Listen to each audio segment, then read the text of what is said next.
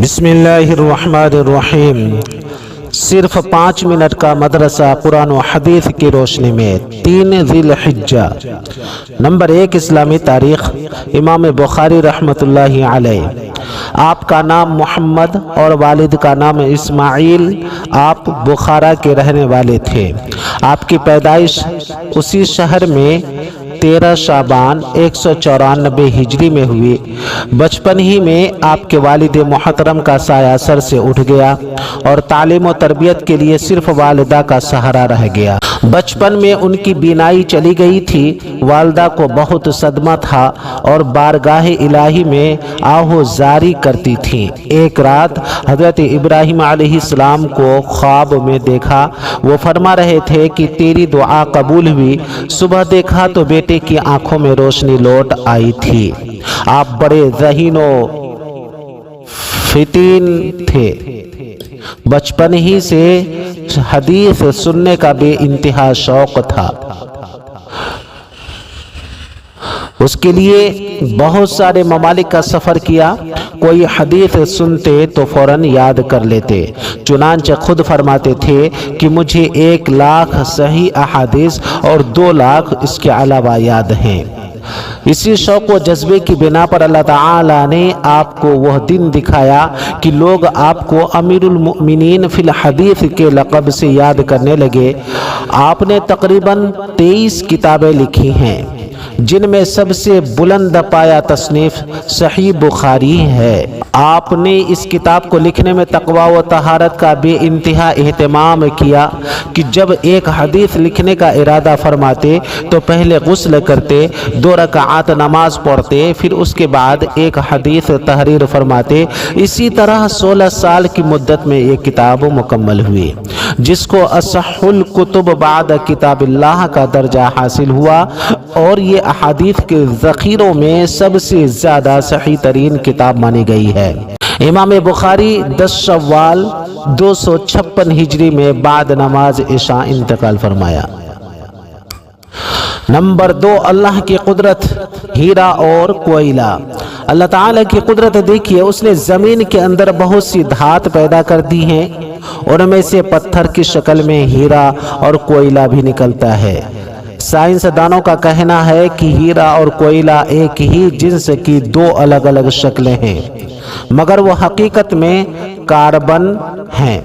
وہ کون سی ذات ہے جو کاربن جیسی چیز کو کبھی ہیرے کی شکل دے کر روشن اور چمکدار بنا دیتی ہے اور کبھی کوئلہ کی شکل دے کر اسے سیاہ اور بدصورت بنا دیتی ہے؟ یقیناً اللہ ہی کی ذات ہے جو ایک جنس کی چیزوں کو مختلف شکلوں میں تبدیل کر دیتی ہے۔ نمبر 3، ایک فرد کے بارے میں شوہر کے بھائیوں سے پردہ کرنا۔ رسول اللہ صلی اللہ علیہ وسلم نے فرمایا، نامحرم عورتوں کے پاس آنے جانے سے بچو۔ ایک انصاری صحابی رضی اللہ عنہ نے عرض کیا، دیور کے بارے میں آپ کیا فرماتے ہیں؟ تو آپ صلی اللہ علیہ وسلم نے فرمایا، دیور تو تمہارے لیے موت ہے، یعنی جس طرح موت سے بچا جاتا ہے اسی طرح شوہر کے بھائیوں سے بچنا چاہیے اور پردے کا اہتمام کرنا چاہیے۔ بخاری شریف۔ نمبر 4، ایک سنت کے بارے میں رکوع میں ہاتھوں کو گھٹنوں پر رکھنا۔ رسول اللہ صلی اللہ علیہ وسلم رکوع فرماتے تو اپنے ہاتھوں کو گھٹنے پر رکھتے، ایسا لگتا تھا جیسے ان کو پکڑ رکھا ہو، اور دونوں ہاتھوں کو تھوڑا موڑ کر پہلوؤں سے الگ رکھتے تھے۔ ترمذی شریف۔ نمبر 5، ایک اہم عمل کی فضیلت، خانہ کعبہ کو دیکھ کر دعا مانگنا۔ رسول اللہ صلی اللہ علیہ وسلم نے فرمایا، 4 موقعوں پر آسمان کے دروازے کھول دیے جاتے ہیں اور دعا قبول ہوتی ہے، ان میں سے ایک کعبہ شریف پر نظر پڑتے وقت دعا کرنا ہے۔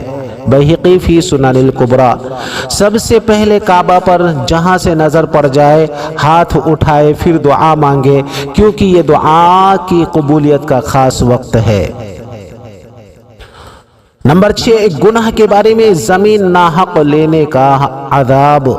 رسول اللہ صلی اللہ علیہ وسلم نے فرمایا، جس نے کسی دوسرے کی ذرا سی بھی زمین ناحق لے لی، اس کو قیامت کے روز 7ویں زمین تک دھسا دیا جائے گا۔ بخاری شریف۔ نمبر 7، دنیا کے بارے میں سب سے زیادہ خوف کی چیز، رسول اللہ صلی اللہ علیہ وسلم نے فرمایا مجھے تم پر سب سے زیادہ خوف اس بات کا ہے کہ کہیں اللہ تعالیٰ تم پر زمین کی برکات کو نہ ظاہر کر دے۔ پوچھا گیا کہ زمین کی برکات سے کیا مراد ہے؟ رسول اللہ صلی اللہ علیہ وسلم نے فرمایا دنیا کی رنگینی، اس کی خوبصورتی اور زیب و زینت، بخاری شریف۔ نمبر 8، آخرت کے بارے میں اللہ اور اس کے رسول کی اطاعت کا بدلہ۔ قرآن میں اللہ تعالیٰ فرماتا ہے جو شخص اللہ اور اس کے رسول کے حکم پر چلے گا تو اللہ تعالیٰ اس کو ایسے باغوں میں داخل کرے گا جن کے نیچے نہریں بہتی ہوں گی، وہ ہمیشہ ان باغوں میں رہیں گے اور یہی بہت بڑی کامیابی ہے۔ سورہ نساء۔ نمبر 9، طب نبوی سے علاج، جن کے اثرات سے حفاظت۔ حضرت خالد بن ولید رضی اللہ تعالیٰ عنہ نے عرض کیا اے اللہ کے رسول صلی اللہ علیہ وسلم، مجھے ایک مکار جن پریشان کرتا ہے، تو آپ صلی اللہ علیہ وسلم نے فرمایا یہ کلمات کہو، اعوذ بکلمات اللہ التامات من شر علمی لا یجاوزہن بر